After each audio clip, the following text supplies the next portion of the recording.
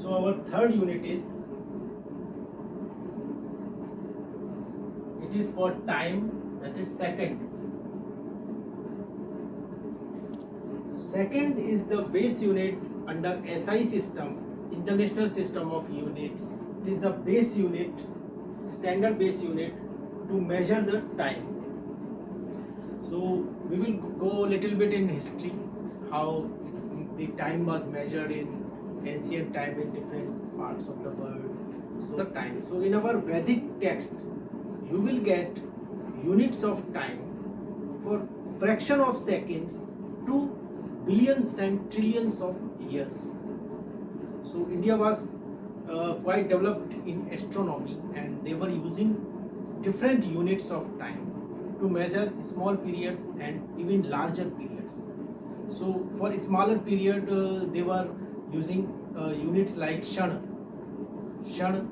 Pal they were using, and slightly bigger units like Saptah, Paksh. You might have heard Paksh, Krishna Paksh, Shukla Paksh, that was a period of 15 days. Then Ritu, you might have heard Ritu, and then there were Varsh. For a year they were using a unit Varsh, and for bigger units of time they were using Yuga like Kali Yuga, then Satyuga, then Treta Yuga. So these were the basic units used in ancient India from Vedic period to by our astronomers in ancient time. So after India, next proof of time measurement you can find in Egyptian civilization. So Egyptians were observing phases of moon. Phases of moon, you might have seen phases of moon, different phases of moon, different shapes of moon with time. So they were guessing the time based on phases of moon. After that, they have developed sundials. They were using sundial to measure the time. Sundials were made in Egypt, and in India also you can find sundials, but earliest sundials were constructed in Egypt and Babylonian civilizations.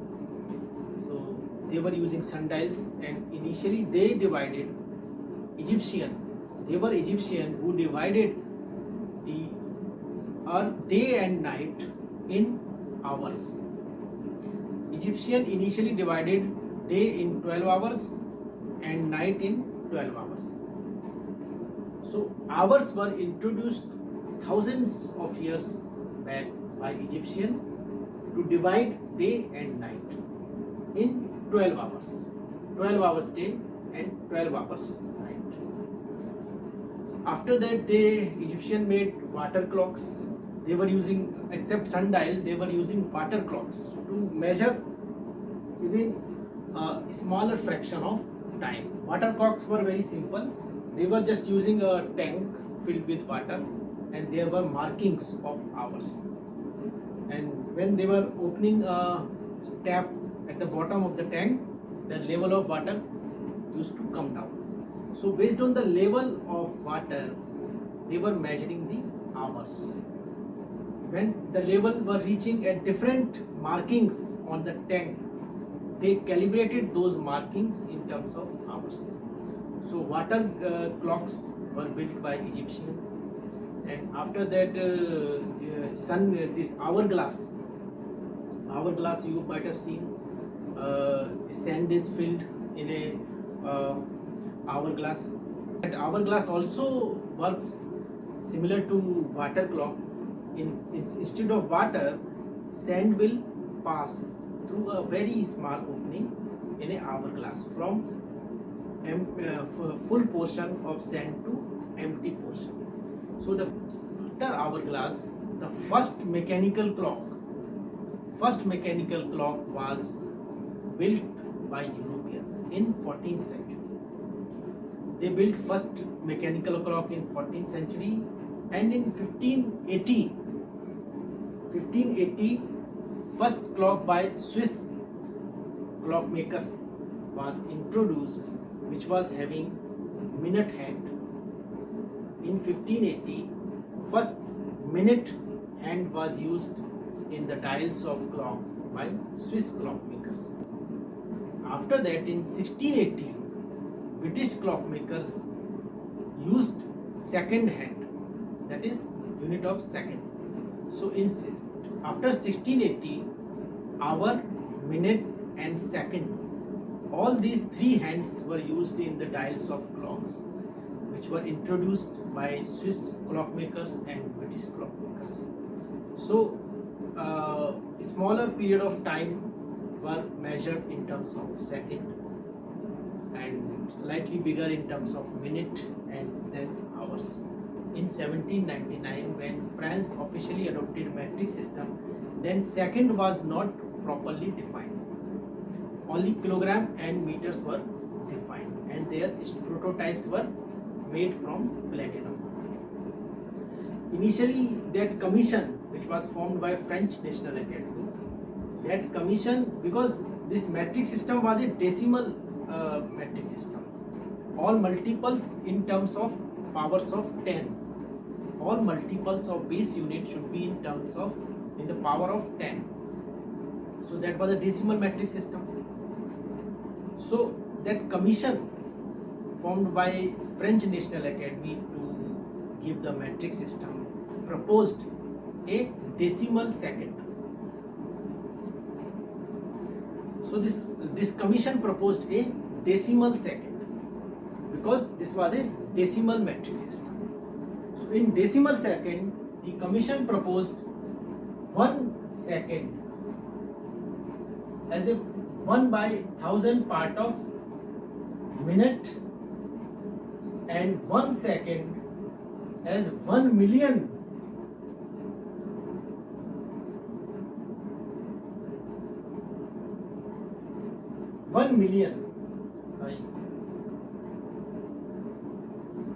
that is 10 lakhs. 1 million is 10 lakhs. So commission proposed that 1 second should be 1 by 1000 part of a minute and 1 second should be 1 by 10 lakh part of a day. That was the initial proposal by commission to maintain the decimal nature of this metric system. But presently we know 1 minute is 60 seconds and 1 hour is 60 minutes. It doesn't follow decimal system. So this second was not properly defined in French metric system. In 1799, French metric system was officially adopted by France, and in 1875, during metric convention, also it was not properly defined. 1870 till 1875. Second, the unit of time was first proposed by CGS system. CGS system, which was proposed by Gauss. It is also called Gaussian system of units. Centimeter as unit of length, gram as unit of mass, and second as unit of time. So this CGS system, which is a Gaussian system, and finally it was proposed by British Association for Advancement of Science, that is BAAS. So initially Gauss in 1830, Gauss measured magnetic field of Earth based on a system which was using millimeter as the unit of time and gram and second as other unit of mass and second. So that system used by Gauss to measure the magnetic field in 1830 was slightly modified in the leadership of Maxwell. Maxwell, who was a British scientist, actually a Scottish scientist. So Maxwell, who was leading British Association for Advancement of Science in 1860, modified the unit system used by Gauss in 1830, and this modified system was CGS system. In this CGS system, he introduced unit of time as second. This British Association for Advancement of Science introduced unit of time as second in CGS system, and this CGS system was officially implemented in Britain in 1874. In 1874, Britain officially adopted CGS system proposed by British Association for Advancement of Science. In this CGS system, second was defined as 1 by 86400 part of solar day. So the time interval between two successive appearance of sun at the peak in sky is called one solar day. So 86400 part of one solar day was defined as second, 1 second. From where this 86400 figure will come? It will come by 1 day, by dividing 1 day as 24 hours, 1 hour as 60 minutes, and 1 minute as 60 seconds. If you multiply 60 into 60 into 24, then you will get number of seconds in a day. So that is the 86400. So 1 by 86,400 part of a solar day was defined as a 1 second in CGS system given by British Association for Advancement of Science. In 1875, after 1874, this CGS system was given by Maxwell and adopted by Britain, and after 1 year, metric convention was signed in 1875. So the same definition of second which was given in CGS system, that is this much part of a solar day, was adopted in metric system. So the metric system, after adopting second definition of second, it was called MKS system, meter, kilogram and second. In 1960 we know during 11th CGPM resolution, SI system was declared, system, international system of units was declared from MKS system. It was known as SI system. Similarly, the definition of second was also changed in 1960. When the name from MKS to SI system was changed, at that time the definition of second was also changed, and it was proposed that the second should be defined based on orbital movement of Earth around the Sun. Suppose this is Sun and this is orbit of Earth, and Earth is rotating around Sun. So this orbital movement of Earth around Sun, which we know that Earth takes 1 year to complete a revolution around the Sun. So this 1 year time should be taken as constant, and based on this 1 year time, second should be defined. That was the proposal in 1960, and CGPM officially changed the definition of second from solar day to tropical year, and tropical year is selected for the year 1900 was chosen as the base year to select the tropical year, and the time between two summer solstices, that is 1 year, was chosen as the standard reference time, 1 year reference time, that was tropical year of 1900. In 1960, 1 second was redefined as 1 by 31556 31556 925.97. This much fraction of year, this much fraction of tropical year. So 1 second in 1960 was redefined as this much fraction of a tropical year, whereas the tropical year was selected as year of 1900, base year of 1900, and the tropical time is nothing but a time between two summer solstices in 1900. So that was the definition of second, which was changed in 1960 by CGPM, that is General Conference for Weight and Measures. This second, based on tropical year, was called ephemeris second. It was not called only second, it was called ephemeris second, based on tropical year. So the new definition of second was ephemeris second, based on the tropical year. And in 1860, Maxwell, Scottish scientist Maxwell, has proposed that the definition of second should be based on vibration of atoms.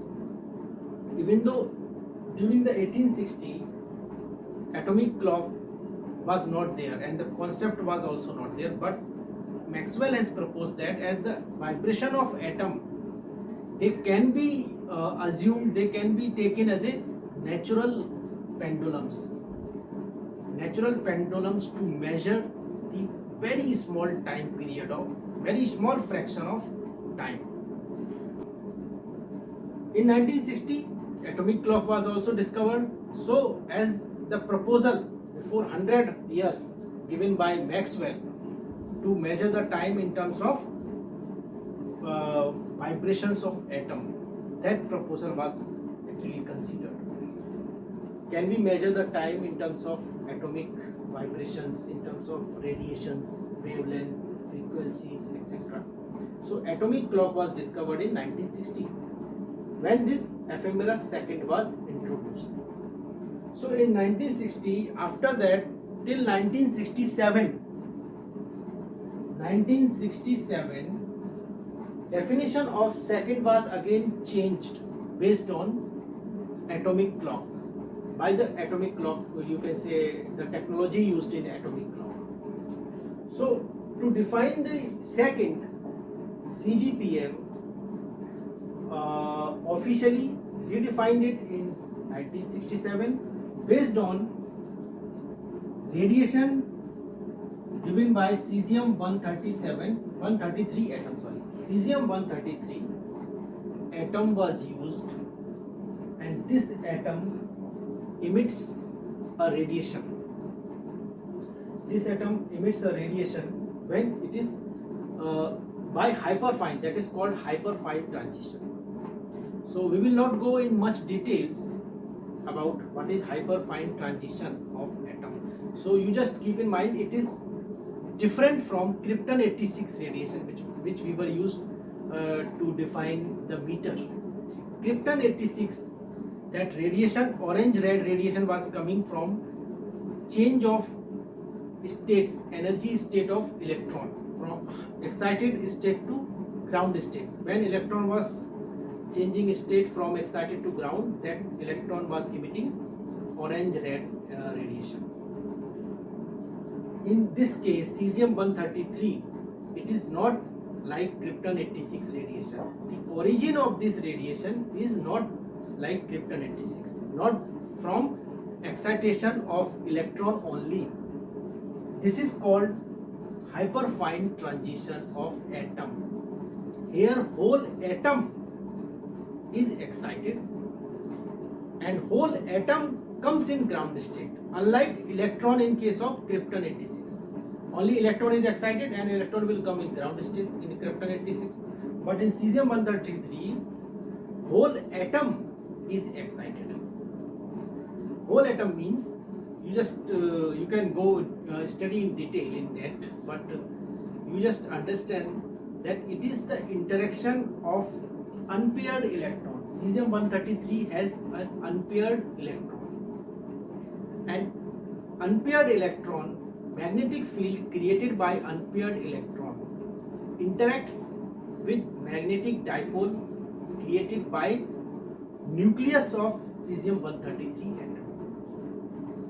So in this case, electron as well as nucleus of atom is involved.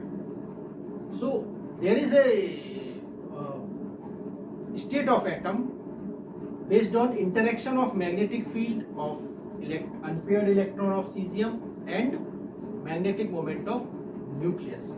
So hyperfine energy transition, that means the atomic state or state of atom, excited state of atom and ground state of atom, cesium atom, they have very fine energy difference, very minute energy difference. That's why it is called hyperfine energy transition. Both energy levels of atom, cesium atom, differs with each other with very fine energy difference.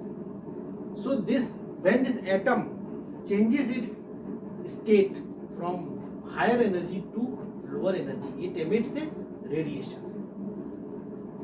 That is called radiation due to hyperfine energy transition of cesium-133 atom. Sophisticated instrumentation used in atomic clocks. I will not go in much detail. In atomic clocks, first of all, they use a magnetic field, and the cesium-133 atoms, which are there are two states for A and B. A and B atoms in different energy states. Some atoms are in energy state A, that is excited state. Some are in energy state B. So they will pass through a magnetic field, and this magnetic field will filter these excited atoms. Only cesium-133 B type atom will be allowed to enter, and they will go in a chamber where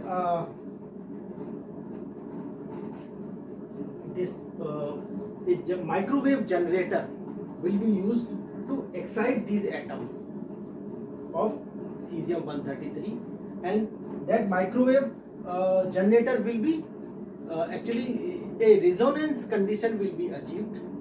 A resonance condition will be achieved when the energy emitted by these microwave is exactly equal to excite these cesium atoms from B state to A state. So these cesium atoms will get excited, some will get excited and some will not get excited. So after that it will again pass through a magnetic field, and that magnetic field will filter, again it will filter the excited state, something like that. So based on the resonance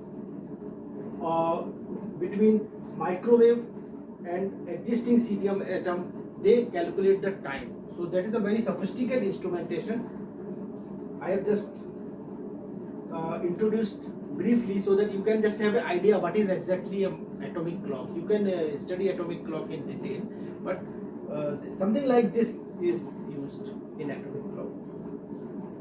So based on this instrumentation, magnetic field, microwave generator, amplification and resonance phenomena, they are using time. They are calculating the time. So this cesium atom, hyperfine transition of cesium atom emits a microwave, and based on this frequency of this microwave, time is defined. So 1 second is defined as 91926317770 vibrations. Actually, this is the frequency of hyperfine transition of cesium-133. When cesium-133 atom makes hyperfine transition, it emits microwave of this much hertz. So the time required for this much oscillations of radiation, electromagnetic wave emitted by cesium-133 in atomic clock, this time required for this much of vibrations is called 1 second. So this is the frequency of hyperfine transition from cesium-133, and time required for this much vibrations will be equal to 1 second. So this was the new definition of second, which was adopted in 1967 by CGPM. So don't think cesium-133 is a radioactive atom and it is emitting some radiation and that radiation is used to define the second. It's not like that. It is induced, cesium-133 atom is induced by a microwave generator, and then the microwaves emitted by the cesium-133 radiation, that radiation is used to calculate the second in atomic clocks. So these atomic clocks are very high precision clocks. 1 millionth trillionth part of a second can be measured with the help of atomic clocks. So another important thing in this whole discussion is the state of cesium atom. In this definition, cesium atom is assumed to be at absolute zero temperature. It is called unperturbed atom. Unperturbed atom. It is the atom at absolute zero temperature. So, but we know that practically it is not possible to achieve absolute zero temperature by a third law of thermodynamics. So, for the practical purpose, they try to achieve as far as possible close to absolute zero temperature. When they are using these cesium clocks, they try to keep the cesium atom with the help of laser technology. With the help of laser technology, they try to keep cesium atom at absolute zero temperature state, at the state of absolute zero temperature. There is a sophisticated technology, laser technology, which is used to keep these atoms in the state of absolute zero temperature. So that is also very important part of this definition. Cesium atom, not only the radiation of cesium atom, but also the state of cesium atom should be absolute zero temperature. So 1 second is defined like this, and presently we know optical clocks have also been discovered. They are 1 by millionth part of more sensitive than these atomic clocks. So these optical clocks are so sensitive that they can even detect the gravity. We know that when the gravity increases, the intensity of gravity increases, the clocks get slower and slower by general theory of relativity. When you are putting these optical clocks at this level, you know, by theory the gravitational field at this level by Earth will be lesser and gravitational field at this level will be higher. When we approach at the surface of Earth, gravitational field will increase, and when we will go away from Earth, gravitational field decreases. So with this change of theoretical change of gravitational field can be detected by these optical clocks. By general theory of relativity, time will be slightly slow when the clock is moved away from the Earth, and time will be faster when clock is moved towards the surface of the Earth. So these optical clocks uses radiation emitted by aluminium, mercury and strontium atoms. So they are under development stage, and they are so sensitive they can measure the height of this table also. They can measure the height of the table by sensing the effect of gravity on time. At higher elevation, time will be slower, and lower elevation, time will be faster. So they are so sensitive, they can measure even the height of table due to change in gravitational field due to distance from Earth.